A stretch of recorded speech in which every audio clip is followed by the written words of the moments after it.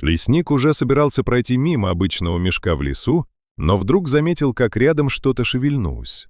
Подойдя ближе, он увидел щенка, который отчаянно охранял этот мешок. Малыш дрожал от холода, но не подпускал никого. И когда лесник все-таки открыл мешок, он едва не потерял сознание. Ноябрь в тот год пришел резко. Ночью ударил первый мороз, и к утру лес будто застыл. Трава покрылась тонкой коркой льда, а воздух стал колючим и прозрачным. Арсений Матвеевич, лесник с 30-летним стажем, шел по знакомой тропе вдоль старой вырубки. Он знал здесь каждый поворот, лес был для него домом. Поэтому он сразу заметил то, что выбивалось из привычной картины. У корней старой березы лежал грязный мешок. Обычный мусор, такие часто оставляют люди. Арсений уже хотел пройти мимо, решив убрать его позже, но вдруг остановился. Рядом с мешком что-то шевельнулось. Он подошел ближе и увидел щенка. Маленький, худой, грязный. Он дрожал всем телом, но, заметив человека, вдруг выпрямился и зарычал. Слабо, почти беззвучно, но с такой решимостью, что лесник замер. «Ты чего тут, малыш?» — тихо сказал он. Щенок попятился и встал перед мешком, закрывая его собой. Он охранял. Теперь уже насторожился сам Арсений. Он медленно снял рюкзак и сделал шаг вперед. Щенок отчаянно залаял, сил почти не было, но он не отступал. Тогда лесник действовал быстро. Он накрыл щенка курткой, аккуратно прижал к себе и потянулся к мешку. Узел был затянут крепко, пальцы дрожали. Наконец мешок открылся. Арсений заглянул внутрь и замер. Там лежали два новорожденных щенка, слепые, почти без шерсти. Они едва шевелились. «Господи!» — выдохнул он. Еще немного, и было бы поздно.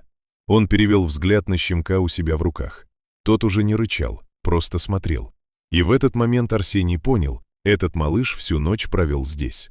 В мороз. Он не ушел. Он грел их своим телом, охранял, хотя сам был еще ребенком. «Держись», — тихо сказал лесник. Он завернул малышей в теплую рубашку, прижал к груди.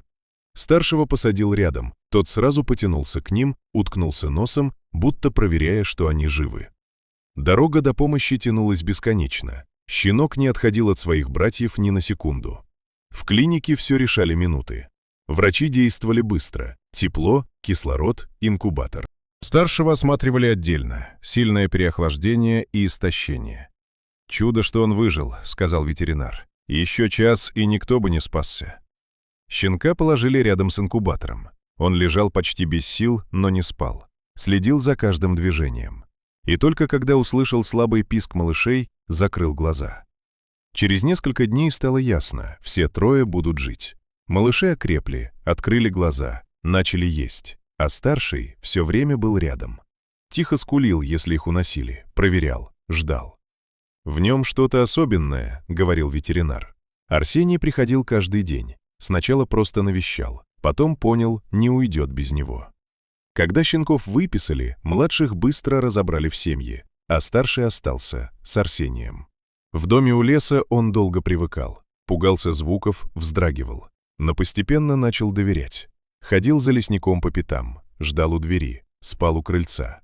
И однажды вечером тихо подошел и положил голову ему на колено, без страха, просто рядом. Арсений провел рукой по его голове и сказал: «Ты не просто выжил, ты спас их». Щенок поднял глаза, и в них больше не было страха, только спокойствие и верность.